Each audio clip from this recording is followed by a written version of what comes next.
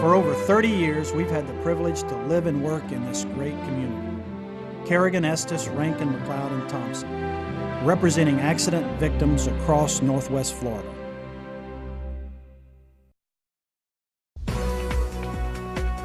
And now, from Pensacola, Florida, it's Within Reason with Bob Kerrigan and Bill Rankin.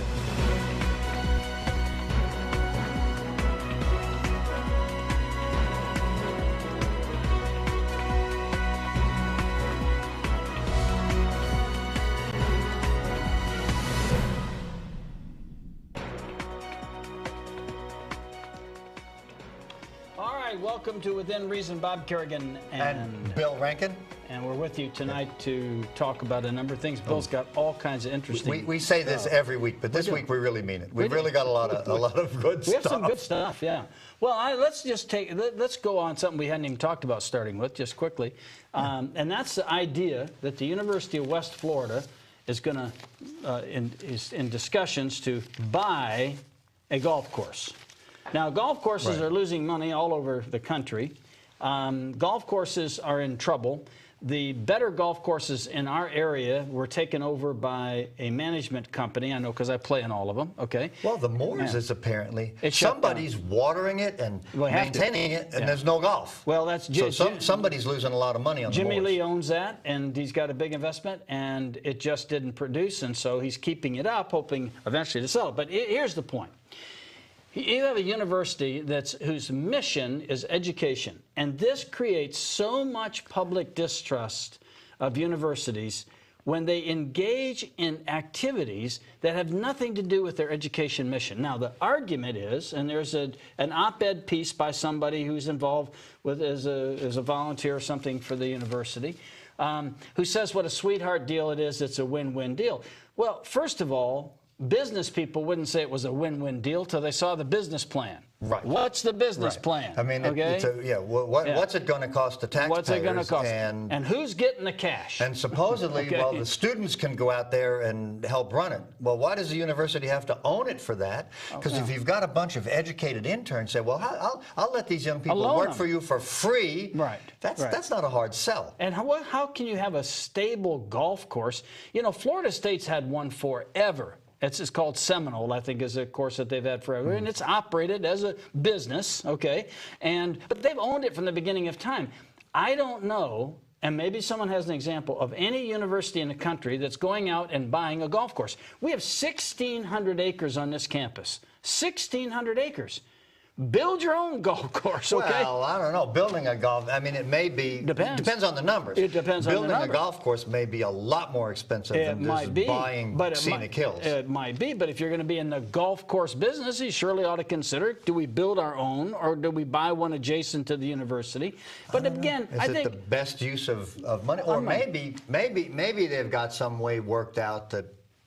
Well, what we need to see before everybody announces it's a win-win is who's getting the cash. That would be my first question. All right, who's getting the taxpayers' money, and how much money are they paying, and what are we getting for it? Because this is hardly considered one of the premier golf courses. The people who are rooting for the win-win may be one of the people unloading who knows? Who knows? An albatross golf course on the public. Well, typically when you have a fanfare of support for the government to buy something, the people who are selling it are usually behind the scenes as the biggest cheerleaders. They're usually pretty happy. And so before we go buy something by the University of West Florida, we better know what we're buying, and we better have a good due diligence and disclose all the people involved. Who's got their hand out for some of the cash? Why is this all coming up now? And it might all be quite legitimate in terms of a business proposal, but it's got to make business sense. And we haven't seen that yet. So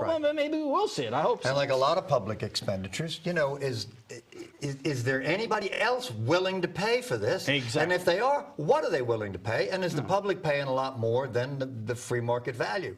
Right. I don't know the answers to these questions. Are there people out trying to buy this golf course? As I started to say earlier, this is hardly considered one of the premier golf courses.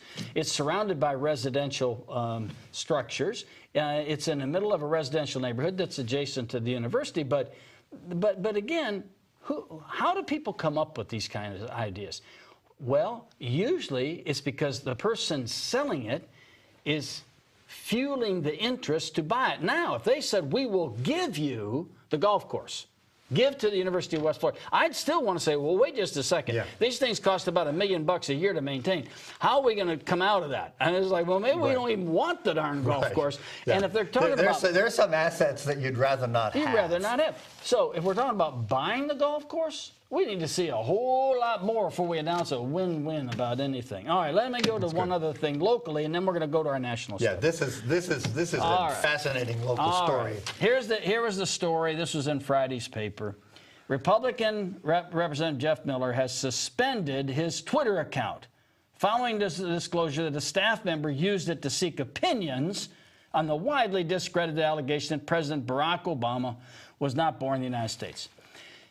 Dan McFall, Miller's longtime chief of staff and spokesman, said Thursday he tweeted the question, quote, was Obama born in the United States, unquote, on Miller's Twitter page on May 18th. Now, without the congressman's approval. Of course. Oh, really? Oh, that's interesting. So let me ask you this. Does this suggest that Representative Miller has his own Twitter account that staff members can put something on under his name and he doesn't know anything about it? You know, he was in some kind of a contest. He would send out emails, say, well, I'm in a contest to see whether I'm in a contest with some other representative to see who can get the most Twitter followers and sign up so I can win this contest, and then you get Twitter feeds from Representative Miller about all the wonderful stuff he's trying to put out there. Right.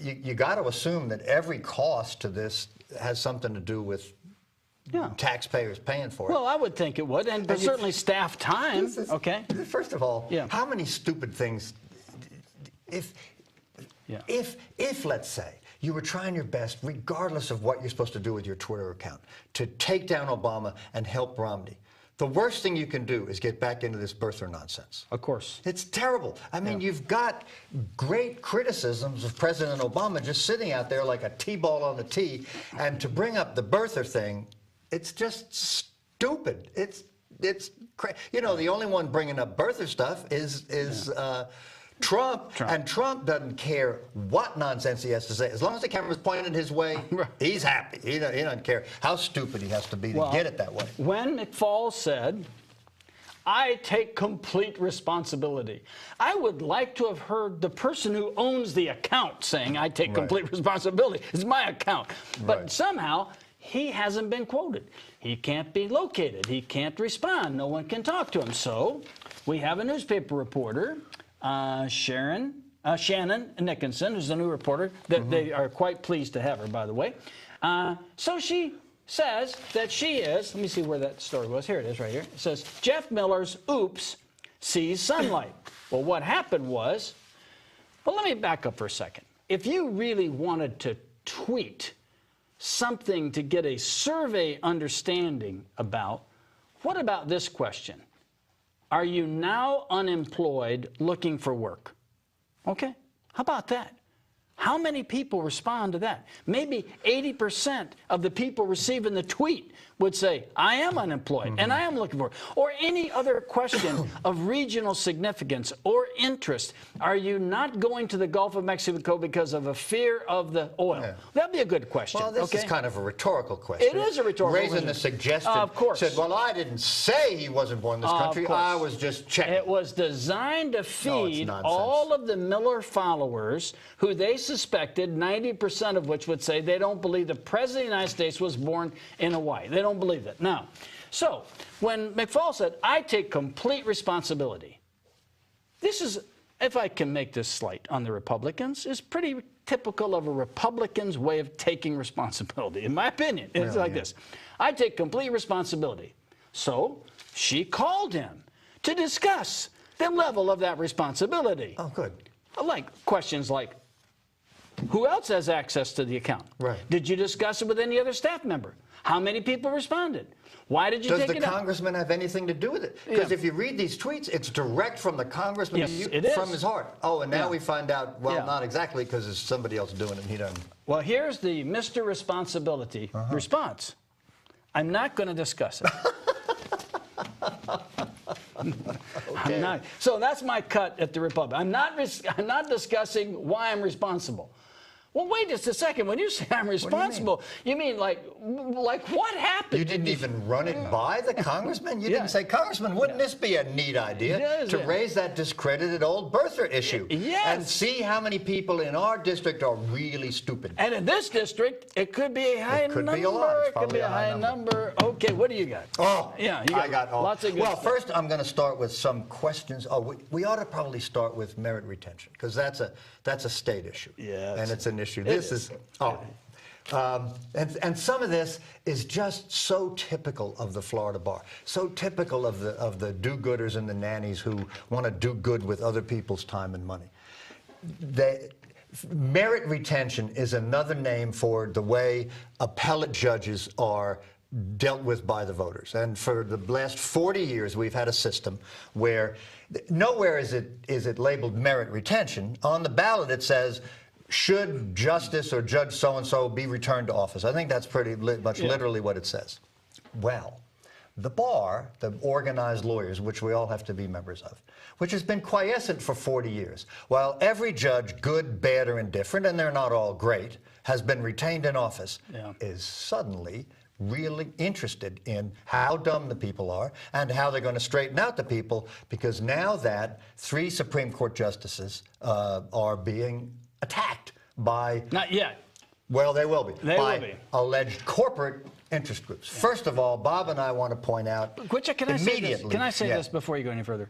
It's these same corporate influence groups that are represented by all the white-stocking law firms, including some in our city, that are all tied up with the heavy corporate money that now, now is going to be funneling that money against Supreme Court justices. So these highbrow lawyers and law firms are now going to have to take the position that we are opposed to the very people that they actually have been sort of in bed with for a very long time. One particular law firm that touts their connections to the Florida bar. But go ahead.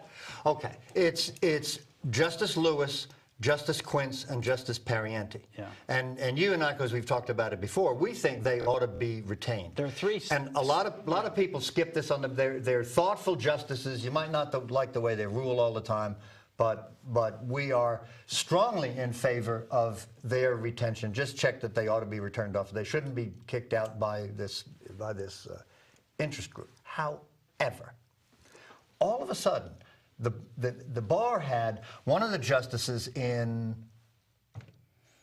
Iowa. In Iowa? I thought it was Idaho. No, that's Iowa. My God, in Idaho, their ruling might be to kill all gays, not to let them get married. Okay. No, it's Iowa, I'm pretty sure.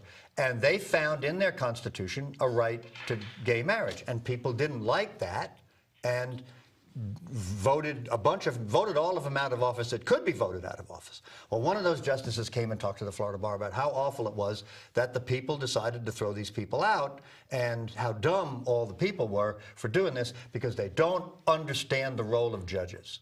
So here's what the bar does. They retain a marketing firm to just see how dumb people are. And they ask people in the mall, what do you know about merit retention? Well, in connection with what? What does that mean, merit retention? Are we talking about sports or teachers or what? I don't know anything about merit retention. Oh, we need education. But the ballot doesn't say merit retention. It just says, do you want this judge or justice in office? Pretty simple. Doesn't need a lot of education, really. Do you want him in office? Yes or no? Excellent point. It doesn't say it on the ballot. It doesn't say it on the ballot. The public never sees the word merit retention on the ballot. Excellent point. The bar's got that. Now, this is a very neutral fact sheet that they put out at our expense, which is one of the things that annoys me. Yeah. And they talk about the system. And judges really can't tell you how they're going to vote. They can't. They're very restrained in the kind of things they can do. But don't worry about them. They're raising lots and lots of money for people to help them. So how are we going to educate people? What are we going to tell them? Well, we're going to tell them about the role of judges. And we're going to tell them basically that you're too stupid to know whether these judges are doing a good job or not, because they have to rule on stare decisis and In other words, if you're just mad that somebody found in the Constitution you think is crazy, and I don't think it's crazy, but a lot of people think it's crazy that they found in their Constitution the right to make gay marriage, leave them in there anyway. I mean, the whole thing is just kind of the elites all of a sudden now are engaged, and as usual, using somebody else's money to do what they want to do. Well, the founders were aware of that very problem, okay, because that's why they gave federal judges life tenure. They knew what would happen. Right. Okay. You got an unpopular ruling, we'll like booting you out. Okay, right, but like Brown v. Board of Education. Right. Well, or any of a number of others. Well, that's right. You make a good point. Yeah. So they knew it was coming. But should people be allowed to do stuff like that? I don't know. Maybe not. But under our system, you get to throw out judges and justices on the appellate court, not our local trial courts. Now, Judge Hawk, who was responsible for the Taj Mahal and committed all kinds of reprehensible stuff, he stayed in. I know. And the bar was fine with that. Well, here's the thing. The bar never took a position against him. And that, to me, was where the bar failed, because the bar should have come out and said, we are 100% opposed to this judge being renewed because of what has done. Because what he has done is he has... Can they do that? Can they take political positions? I'm not even sure they can. Well, maybe they can't. That's a good point. We certainly did. And the only problem, really the only problem statewide is we don't have enough viewers, because then everybody would know everything. Well, he had a very low... a very low retention rate. Affirmation, very low. But there was another first DCA judge below him. Yeah, and that didn't make a lot of sense at the time. Well, there was some problems with that judge. There were some problems there, too. All right, we're going to take a short break, and we're going to come back, and Bill's got all kinds of stuff, interesting things to talk about. So we'll be back here in just a minute.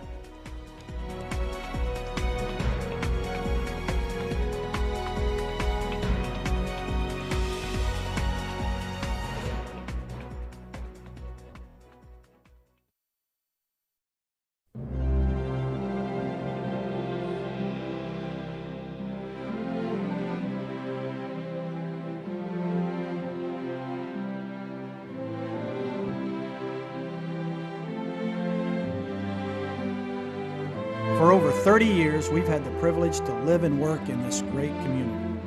Kerrigan, Estes, Rankin, McLeod, and Thompson, representing accident victims across Northwest Florida.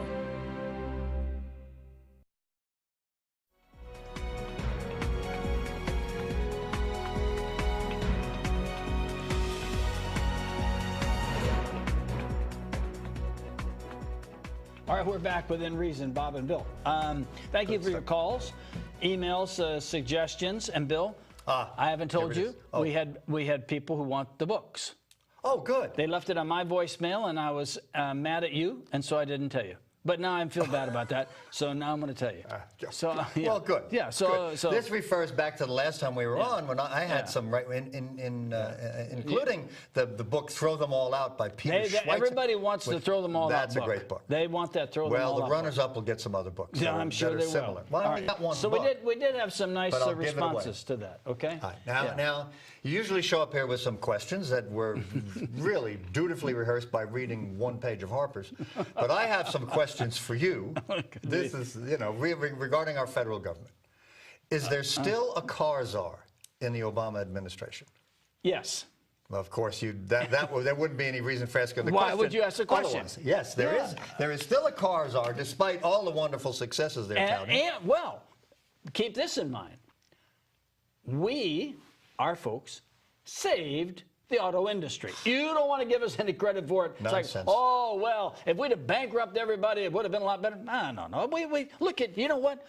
Ford sells way more cars in China. Do you know that? Than they do in the United States. I didn't know that. Didn't know that. I know GM sells a lot of cars in China. Maybe it was GM, but GM sells a lot. The Buick is a big seller in China. Buick is a big seller in China. So the auto industry, Obama saved it. That's it. I think that's undisputed. What do you got? What's your next question? They saved it for the unions. They should have gone bankrupt. I mean, that is disputed by me. I know. It's nonsense. They did it all for the one of the old czars admitted he did it for the unions. The unions wind up with a big chunk of the company. The bondholders take a hike. You know what? What's wrong with the union people?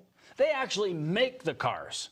Okay, they actually are on the floor putting the nuts and bolts on the car to make sure they run okay, so that we can buy them. While the management guys are forecasting the company into doom. That's kind of what we had with. Do you think they're underpaid? Yeah, the workers. Yeah, the workers are. They're underpaid. They're relative to the CEOs.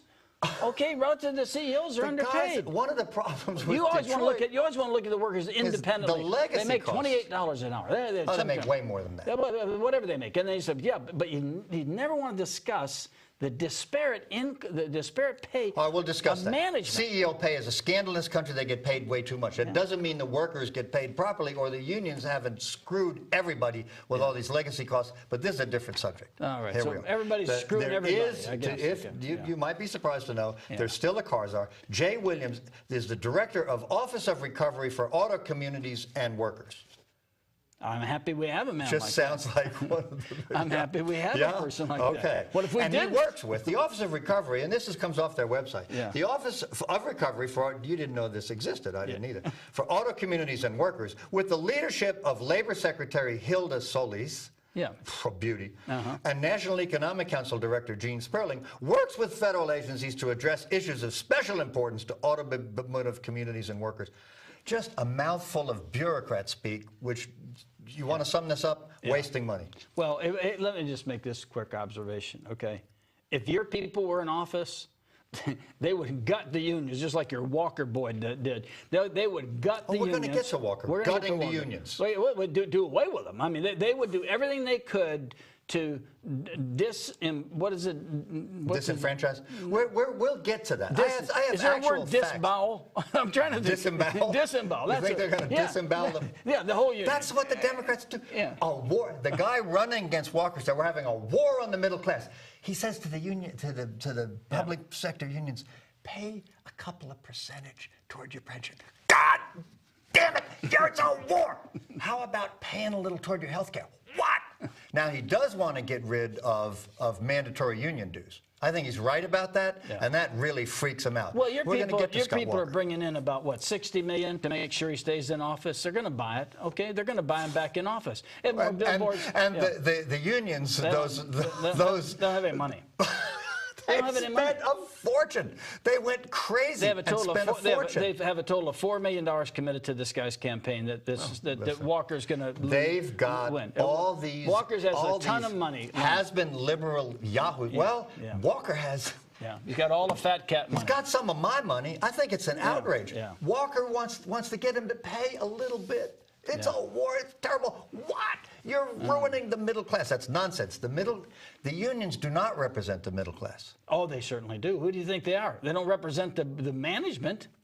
Union people are the middle. They used to be the middle class in this country. Yeah, now they're the low class. Okay, they used to be the middle class. The unions, especially these public sector unions, are kind of the upper class. Well, we've talked about the abuses of the public sector unions, and I think there are And that's abuses. what's going on. And that's what Walker's trying to address, which was in his campaign promises. And the liberals just absolutely freaked out and went crazy, including Obama. What? You're taking away collective bargaining. Wait a minute, Obama. You don't have it in the federal system. Yeah. He left that out. Yeah, he did. Here's another question for you. This is, and then I'm out of questions. Okay. How many new federal commissions and boards for health care reform are there in Obamacare? How many do you think there are? Commissions? New commissions and boards. I would say there's probably 30 new commissions and 15 new boards. Ah, that's good. Short by a lot. 159. What? Commissions and boards. I have the list. You know how Joe McCarthy always had lists? I have a list of communists in the State Department. I actually have a list, and I'm going to share it with you. I've got every one of them. Now, most of them are just bureaucratic muddle mush. Would you mind not reading them all? No. Oh, okay. I want to read a few. You can read all you want. Okay.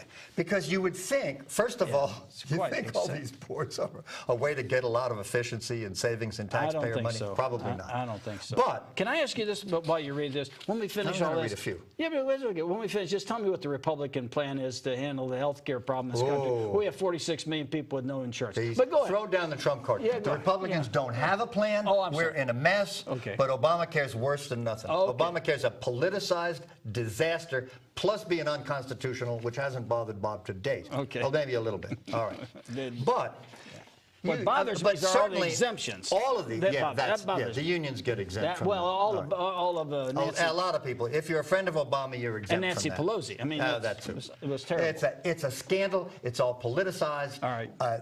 And we agree on some of this. But at least all of these things, although they're bureaucrats. Are you going to read the ones that you think are really going to be helpful and effective? Or are you going to read the ones you think are just absurd? I can read all the ones I think are going to be helpful and effective. Zero. All right, let's go on to the next point. None are going to be helpful and effective. All right, but here's what you got. Now, this is health care. All right. You've got Health and Human Services Coordinating Committee on Women's Health, Centers for Disease Control Office of Women's Health, Agency for Healthcare Research and Quality Office of Women's Health, Health Resources and Service Administration Office of Women's Health. How many of these do you need? Food and Drug Administration Offices of Women's Health. Do you think there are men's health in here? No. Actually, there are. Oh. Yes. Okay. There are. Because we can go to those. Not for white men. Well, not specifically for white men. That would be discrimination. But there is the Elder Justice Coordinating Council. I know you're interested in that. Now, answer in a few words how this has a damn thing to do with health care. Say the name again. Elder Justice Coordinating Council. Well, why would you be opposed to justice for elderly people? I don't understand the problem. These are important offices. It's in Obamacare. These are. So you and I, if it's related to health care at all, are in that. Well, if something is unjust to you and I, and we meet that elder category, we have someone we can call. You can't call your congressman. We have so many federal laws. He's twitting. We can't call him. Go ahead. And so we put an extra one in Obamacare. It's a couple of $1 million, maybe $1 billion. Well, we do. Yeah. And men could come under this. There's the Office of Minority Health in Centers for Disease Control, Office of Minority Health and Health Resources and Service Administration. I didn't know there was such a thing. Now, you understand that these offices are in existing federal agencies, are just designating people within. A lot of these are extra grants, and some of them are just setting up extra agencies. Okay, good. Yeah. But just the fact that there are all these agencies all dealing with the same thing. Agency for Healthcare Research and Quality. Agency for Healthcare Research and Quality. There are about 40 of these that all sound the same. For minority health. Food and Drug Administration Office of Minority Health. Yeah. What? Yeah. You mean the drugs that are pure for white people are not pure for what? Well, if it's a good drug, it's a good drug for anybody, right? Yeah, I would think that too. There you think that's kind of stupid. Yeah. Maybe the minorities maybe the titles aren't as good as they could be. We could work. Senators for Medicare and so you got all this stuff for minority health. Yeah. Now, is there anything that mentions men by name? You had all these women. Yes, there are. All right, give it to me. The Office of Indian Men's Health.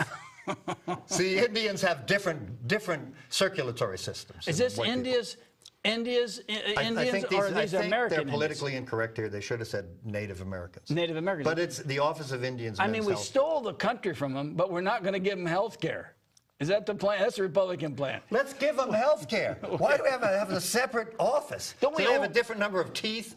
Well, don't we owe them a little bit more since we stole their land from them? Okay. Actually, we don't.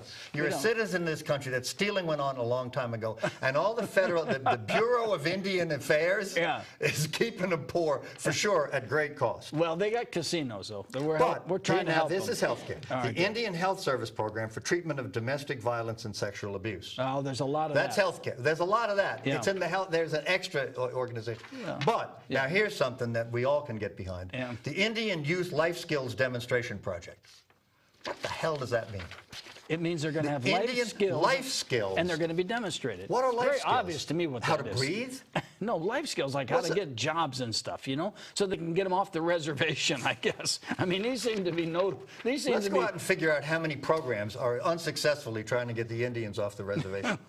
Well, you're such a cynic. When you look into these are just people trying to do good. Okay, that's all we have here. Yes, they are. They are. Actually, most of them are probably well-intentioned. Yeah, and they think the way to do it is to give themselves a nice office and the 2 assistants and then the trips to Las Vegas to talk about it when they need to have a convention. You're unusually cynical tonight. This stuff makes you cynical, don't you think? Are you going to announce the Republican plan at any time? I'll announce the Republican plan right now. Yeah. They don't have one. Yeah, and they're not. It's a terrible need. They don't have one. They're just bashing Obama. Their goal is to gut everything they can gut. And I think Mitch McConnell said, listen, we're going to do everything we can to make sure Obama doesn't get reelected. We don't care about passing anything. We don't care about unemployment. We don't care about the economy. We don't care about anything. We're just going to screw Obama, and then we're all going to be, it's all going to be good because Romney's got a great plan. He's just going to announce it after he gets elected. I don't think they have a plan. They don't have a plan. We need a plan. But Obamacare is not it. Obamacare is unconstitutional, wasteful, politicized, and stupid. Well, it's a shame the Republicans didn't have a plan that could be debated where they could come out maybe with a compromise plan that everybody liked. No, the Democrats didn't want to debate anything. Oh, okay. They didn't. Well, remember, they ran the whole thing in those days. They rammed it through before Scott Brown got in the Senate.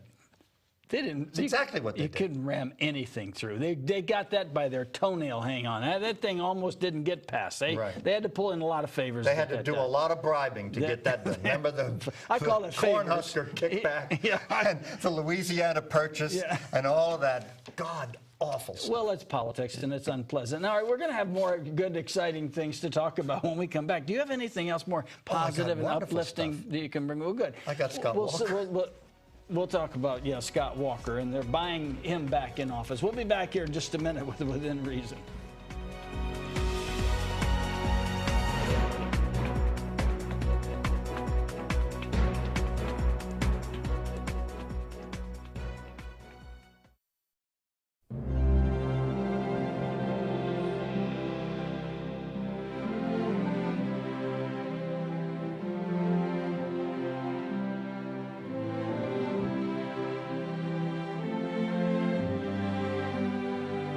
For over 30 years, we've had the privilege to live and work in this great community. Kerrigan, Estes, Rankin, McLeod, and Thompson, representing accident victims across Northwest Florida.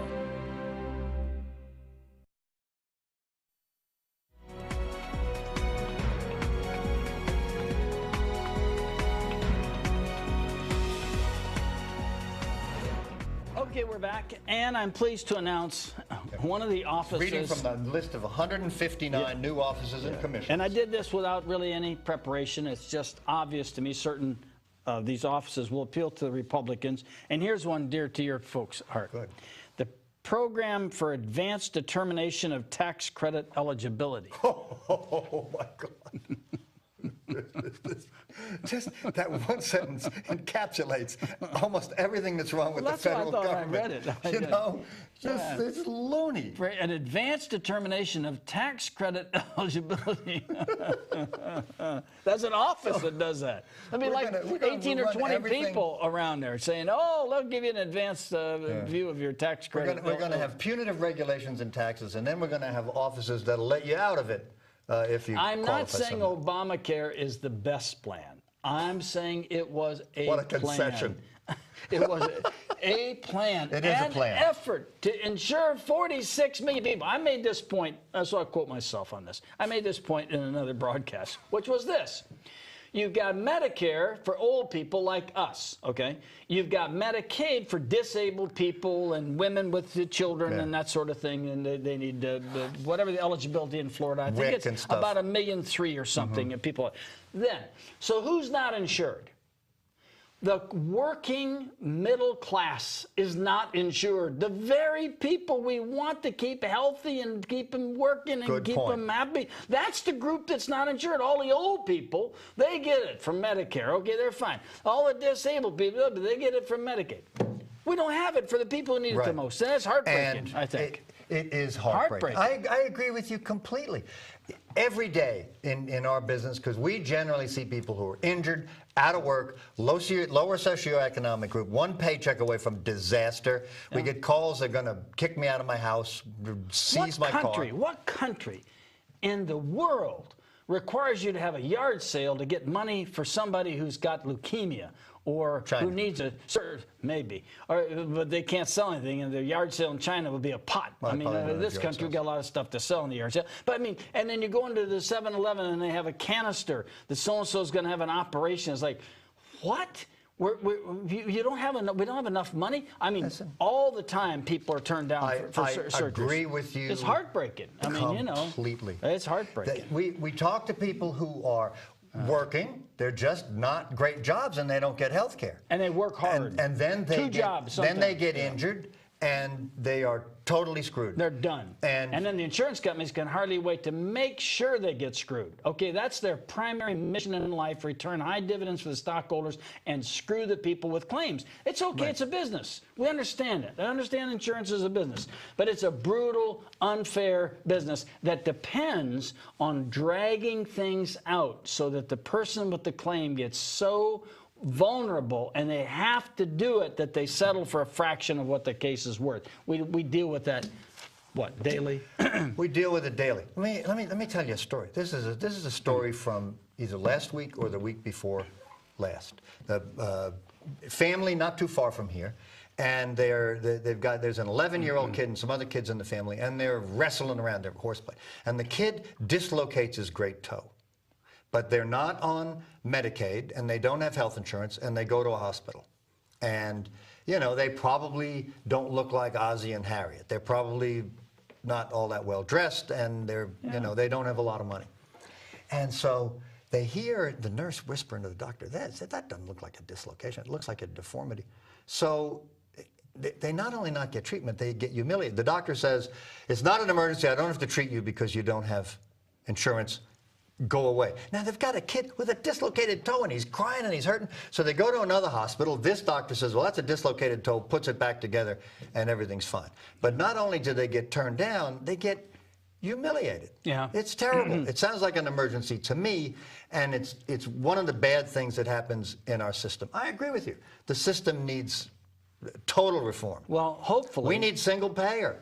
As much as I hate big government anything. I agree. I totally agree with that. We have this pot of money, okay, of which this much is going for the profits of the insurance company. They are running the doctors, the very people in our society we want to be paid well because of the work needs to be restructured. They have to engage in to be a physician, and the stress that they have, and the enormous importance of our health care in our society. And so what do? We have a system that beats the doctors down by an insurance adjuster on a phone deciding who's going to get health care, who's going to get surgery. Start with the idea that you've got to get it from your employer. Right. You know, that really needs to change. It has to change. Well, you're getting it from your employer. But your employer is narrowly constrained in what you can offer. You have to offer this. You have to offer that. I guess now you have to offer free contraceptives to avoid the war on women. I hope another disaster brought upon. I hope that's a factor. I hope it is. We've discussed that before. We have discussed that before. If anybody who doesn't get free contraceptives is a victim of the war on women, that's the official Democratic policy. It's do you have something else encouraging? Now, I want to go to anything inspiring on today's agenda. Or is it mostly cynical stuff that you talk about at the Krispy Kreme on Thursday morning? Turn on one of those sitcoms with a laugh track, you know, because this is all negative crap. There's nothing much here. Listen, this is about politics. Politics is ugly and illogical, and if there's anything uplifting about it. Did you read Valentino's op-ed piece in the News Journal? I didn't. Yes, it was quite interesting.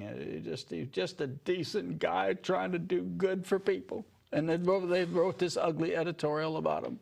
And that editorial was exactly on the money. And they didn't sign the editorial. But I think I think Valentino has a point. And Schneider says, well, it's in the time-honored tradition of the newspaper. I don't have to sign it. But my view is editorials ought to be signed. I've said it for years. Listen, you know, we don't like anonymous things said that are critical of people. But put your name. If you want to say it, don't hide behind anonymity. There's an editorial board Yeah, I know that board fiction, okay? One person writes it, they ought to put their name on it. That's my view about that, okay? Still right. Yeah, well, the editorial. And we can pretty much figure out who wrote them anyway. Oh, yeah, we can. But see, the average citizen can't. That's what I'm saying, okay? And historically, you go back, you don't know who wrote those things. And I think it's important to have a signature on them. That's my personal view. I know that they don't do it, It's okay? not unreasonable. No, well, it's just a different view. All right, what else? Now, we've been talking about the war on the middle class, and if you remember, back when Scott Walker passed these things, you had the most outrageous, it really was like back to the 60s. The organization that is opposing Walker,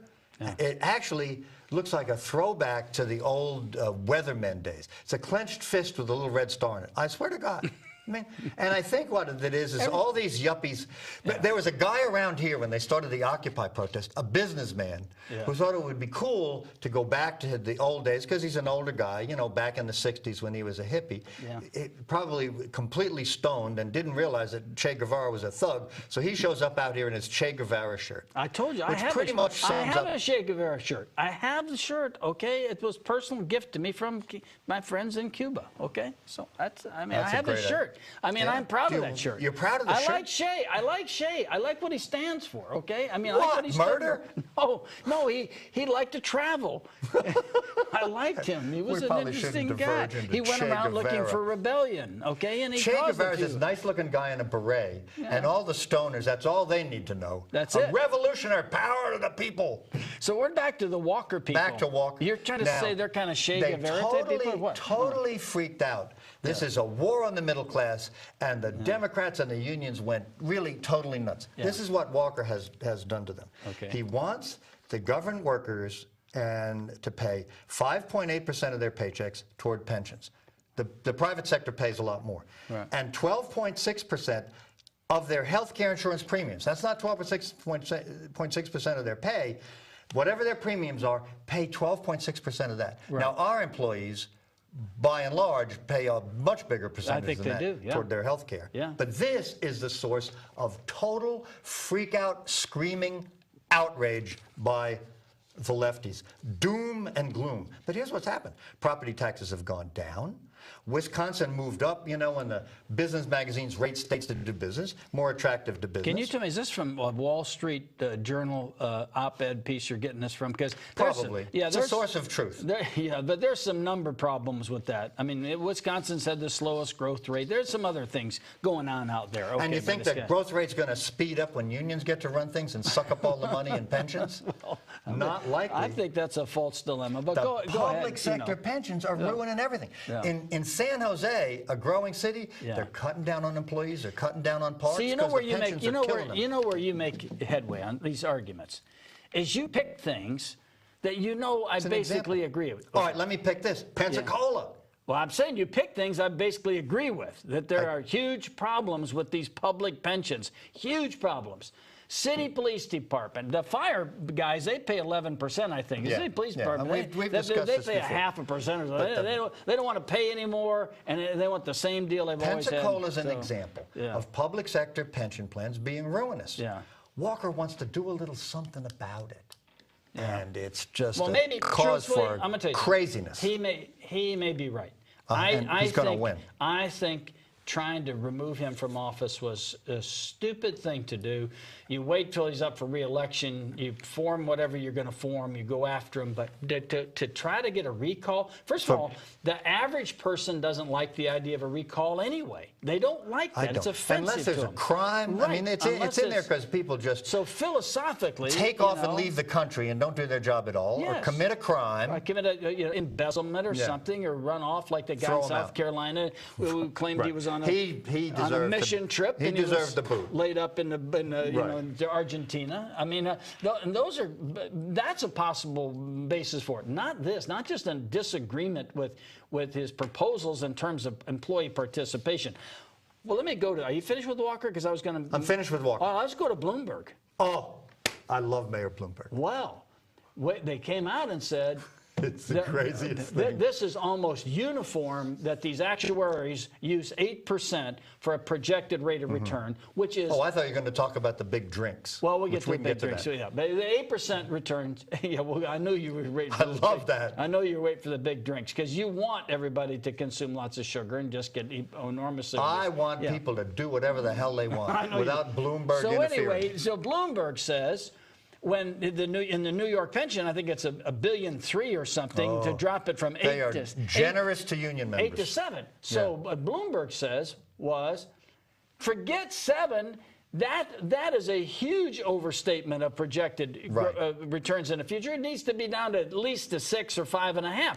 Can you imagine in the city of Pensacola? We had that. We had John Asmar on. We went over those numbers and Falzone, right? Dave Penzone. Penzone. I'm sorry, Penzone. And he had the numbers nailed down. I mean, it is huge. Millions of mates. And we're talking about a percentage point drop from 8%, which is ridiculous on a projected return going out in the future when you've had 5% for the last 4 or 5 years. Right. So we the got actuaries come and tell you, based on some very complex calculations, what you can expect, and then based on that, how many millions and millions of dollars this little city has to contribute.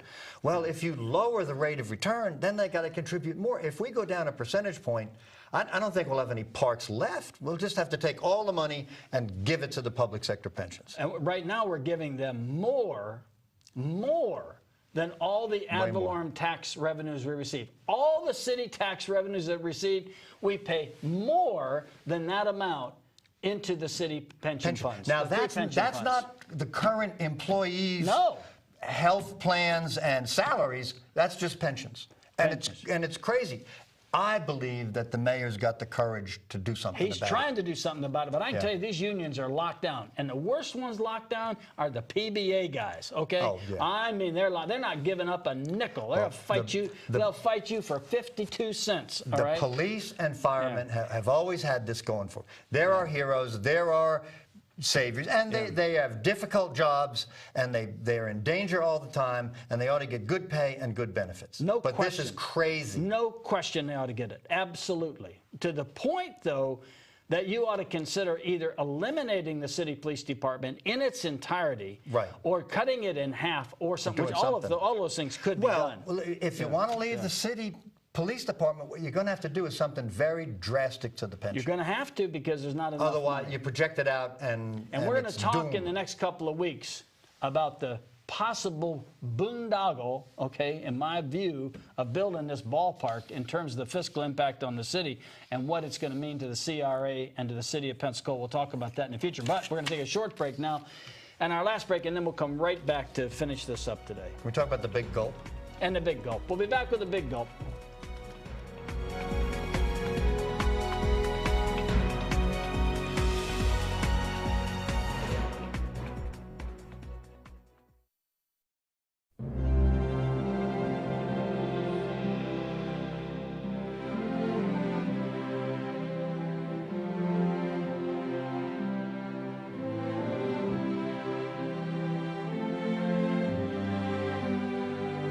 For over 30 years, we've had the privilege to live and work in this great community. Kerrigan, Estes, Rankin, McLeod, and Thompson, representing accident victims across Northwest Florida.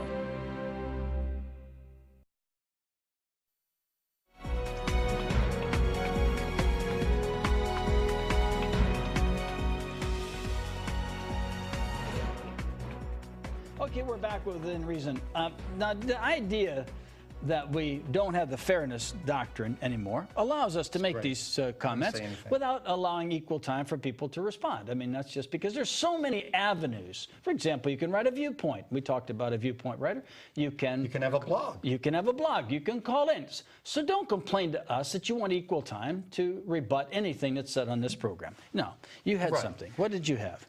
Well, we want to get to John Edwards, but what has gotten an enormous amount of press is Mayor Bloomberg, the nanny, mayor. He has banned trans fats, smoking anywhere. He's a Republican. Yeah, he's kind of a Republican. Oh, He's come in New York. on. There's a lot I like about him. This is like kind of pregnant. No, he's a Republican. You can't be a real Republican in New York. You got to be pro-unions, pro-gays, pro-abortion, pro-everything, or you don't get elected in New York. So he's kind of a Republican. He's what you would call him a moderate Republican, wouldn't you? I would. I don't think that's unfair. Yeah, and that's terrible. And I like for your people, that's terrible. Because that's, the problem. I wish I had some people. The Libertarian Party consists of 3 guys in funny hats. Yeah. That's about there isn't much. No, well, not much. Yeah, and me. I have a card. I gave him $25 and I have a card. I'm a member, card-carrying member of the Libertarian Party. Very generous of you to do that. I mean, to support them financially. $25, I gave him $25. Okay. Well, now talk about the big drinks, of which I think it was wonderful when he did it, but go ahead. Well, yeah.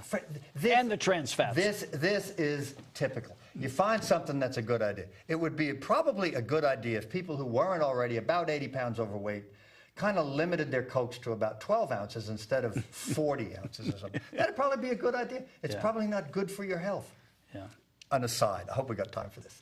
I was at the baseball game last night, and I know you're kind of down on the park and the bond. No, I'm not down on the park. I just said it's a $50 million debt, okay, that we can't pay for. Well, go ahead. A lot of the boondoggles that we can't pay for aren't as enjoyable as the park. I agree with that, too. I agree with that, too. It's fun out there. It was a beautiful day. Yeah. The Wahoos gave it away, but that's a different issue. Yeah, so they lost tonight, too. I was listening to it. Haven't read all about Bloomberg, and I read some commentary on it, and I thought about it, and I've got a startling take on that, too, that you probably haven't thought of for later. Did somebody else tell you it was startling, or is that your own? No, this is my own. Oh, well, this is my own. Well, go ahead. I mean, it's very complimentary to your own ideas, but go ahead. Well, yeah.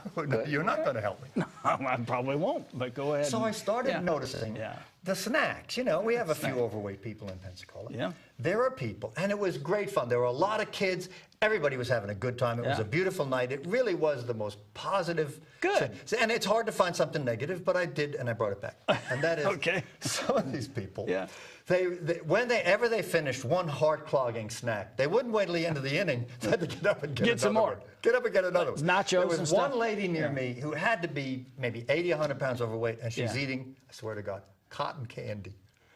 Wow. Can you imagine? She wanted a little sweet. What's wrong with that? The cotton candy's about this big. That's good. God knows. Do you think that think the city council ought to eliminate that kind of stuff? They're making money on it. Of course they're making money. This is America. If you want to be 100 pounds overweight and eat cotton candy. Do they have things like hot dogs and stuff like that? They got hot dogs. They got very good beer. They got McGuire's Red Ale, which is very good. I've tried that myself. It's excellent. The hot dogs are good. I recommend the hot dogs. And they've got chopped onions.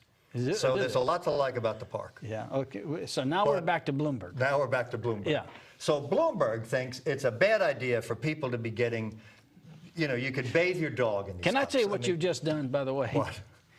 Now, anybody that sees you at the park, they're going to go out and they're going to have to eat away from you because they're going to know that you're watching and making a note of what they're eating. That's what you've done. Because I sit at the end of the aisle, and I've got to get up about 4 times during the inning. So there's a method to this, All right, sorry. No, they're all lovely people, and the people around me weren't overweight or gluttons at all. Except the lady with the cotton candy. No, she was way over. She's looking for you the next game, I can tell you that, buddy. She's going to say, there he is! And her husband is a motorcycle guy. He's got arms like this. Hey, I want to talk to you, Bubba. Come on here, okay? That's coming. I got a response for that. I didn't mean her. She's svelte. Are you calling her fat? She looks great to me. So Bloomberg comes out.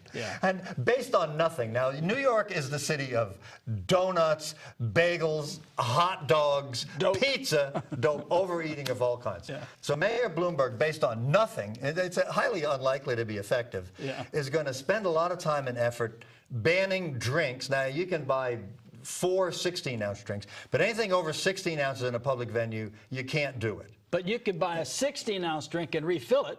8 times. But you can't get a 24-ounce drink. Okay. Great. Now, if you read the comments were livid. Everybody says, what are you doing? Now, here's my take on this, my comment.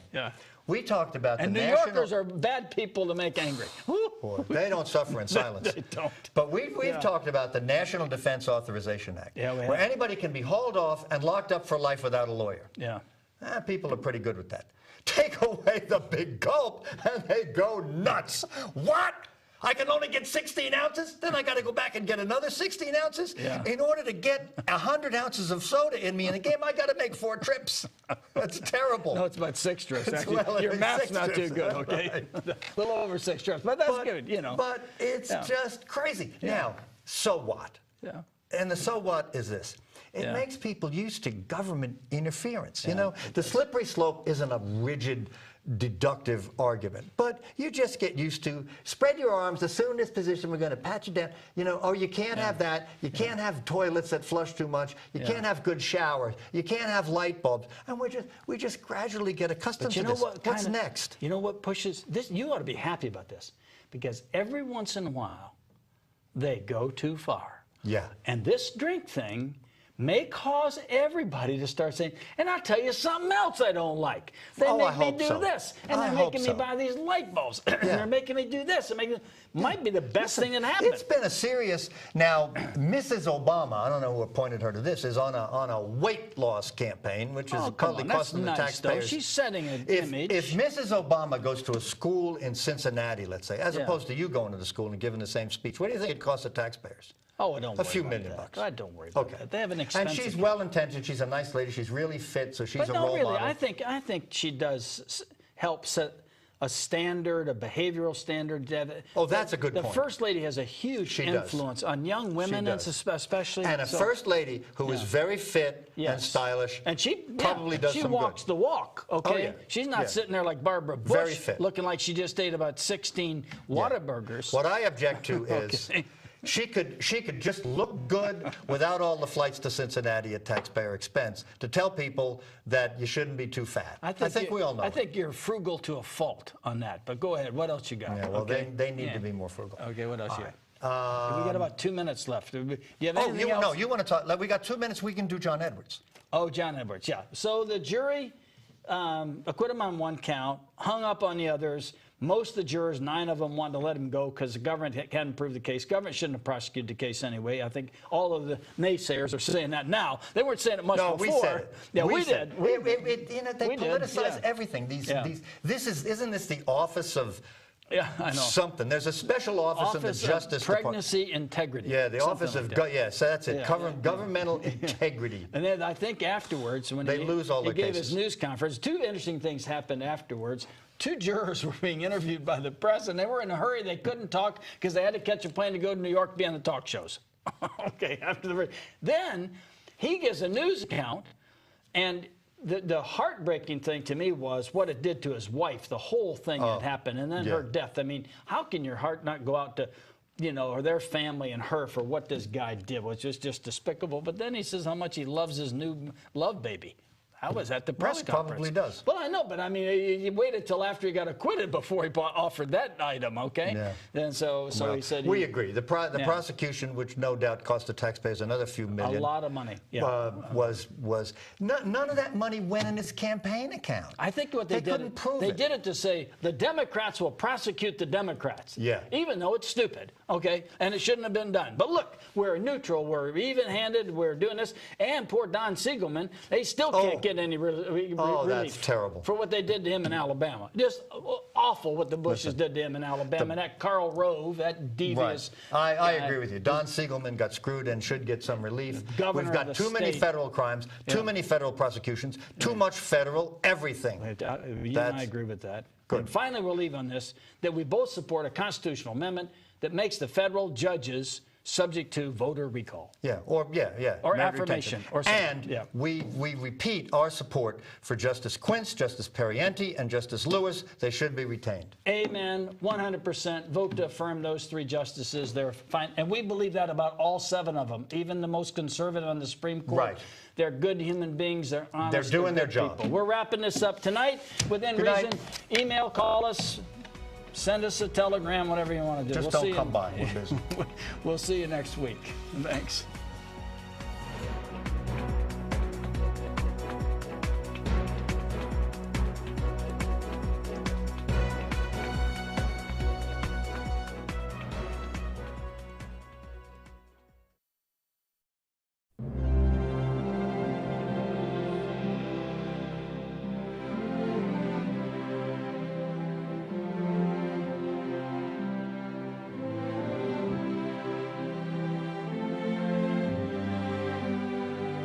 For over 30 years, we've had the privilege to live and work in this great community. Kerrigan, Estes, Rankin, McLeod, and Thompson, representing accident victims across Northwest Florida.